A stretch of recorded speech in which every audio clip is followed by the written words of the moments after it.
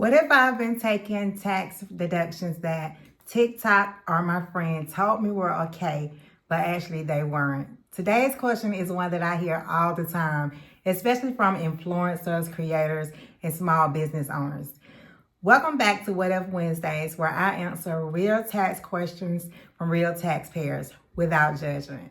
First, let me say this clearly. Most people who are taking deductions incorrectly are not necessarily trying to do anything wrong. They're just simply trying to reduce their tax bill, follow something that they thought sounded correctly, or simply do everything that everybody else is doing. And TikTok make it sound so easy. You'll hear things like, just write it off, put it in the business name, or if it helps you make content, then it counts. So let's talk about why TikTok advice can be dangerous, you all. Here's the problem with advice on TikTok or social media. So taxes, you all, is not a one-size-fits-all. What may be a deduction for a content creator may not be a deduction for someone who has a brick and mortar, a consultant, or either someone with a side hustle. Those things can be completely different. Also, TikTok, they give general advice. The IRS audits individuals' returns. So you can't follow general advice when you are going to be judged individually. That gap is where people tend to get hurt. So let's talk about what the IRS actually cares about. So the IRS, when it comes to deductions and expenses, there are two words that they're big on. Is it ordinary and necessary for your business? Not did someone else deduct it, did it help you feel productive, or did it look business related? Ordinary means, is it something that someone in your industry would ordinarily do to help them run the operations of their business? Also, necessary means, is it helpful and is it appropriate, not convenient or personal? That's the rule. Let's talk about some common TikTok write-offs that cause problems.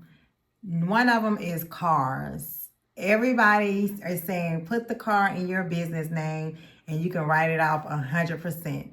Well, that's not true, you all. You have to use the car for business use. If you purchase this car and you are taking trips, personal trips, you're driving it to a grocery store for personal use, anything that you do in that vehicle for personal use, that disqualifies you for being able to take the deduction at 100%. Now, you can deduct a vehicle that you use for both personal and business use, but if you are using it for personal and business, then it's a percentage of the business that you can write it off. So not 100%. And just because you got the car in the business name, it does not mean you can write it off. And to be honest, the car does not even have to be in the business name for you to take the deduction. You can have a car in your personal name, because what the IRS identify as is the business use of the vehicle, not who name the car is in the business or the personal name. It is the actual use of the vehicle. Are you using this vehicle to operate your business? You often hear things like, you can deduct your car payments, you can deduct your gas. Well, if you are financing a vehicle, you cannot deduct your car payments, because anytime you are owning something with intent to own it and you're not leasing it, then you can only deduct the interest, not the payments. So let's just say that you're financing a car and one day you're going to own that vehicle. Well, because you're going to one day own that vehicle, you cannot deduct the payments, only the interest that you occur on the vehicle if it is for business use.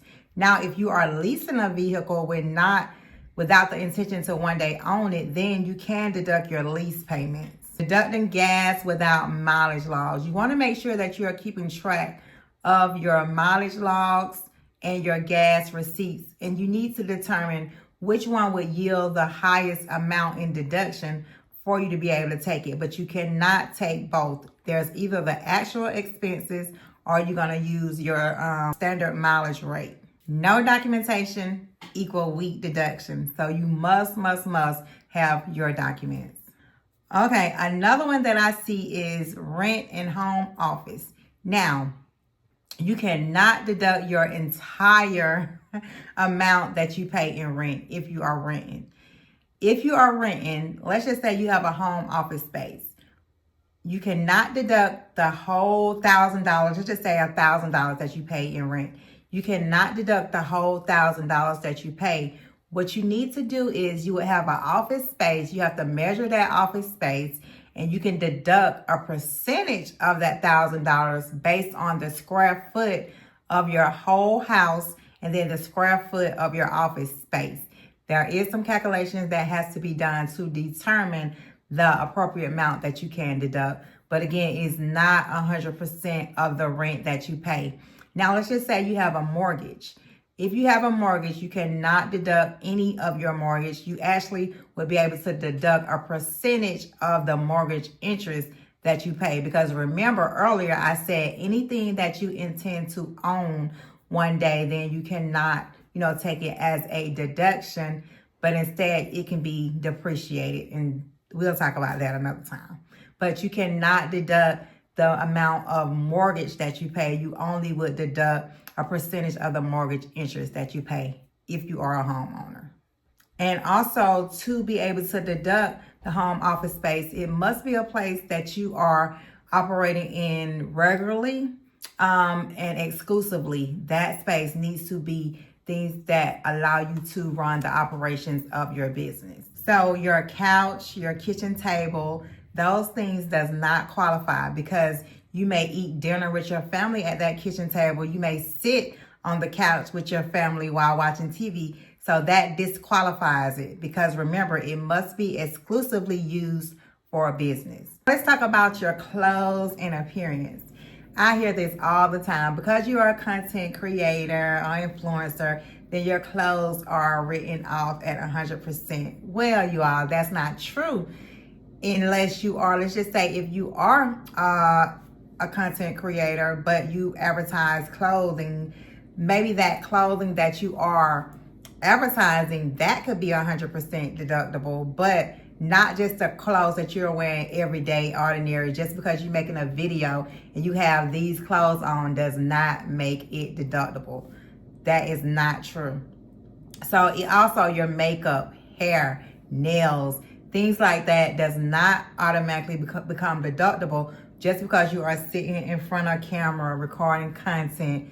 That does not make these things automatically deductible. You have to think back to that ordinary and necessary clause that the IRS have. Just keep in mind, if you wear these clothes outside of work, then it is typically not deductible.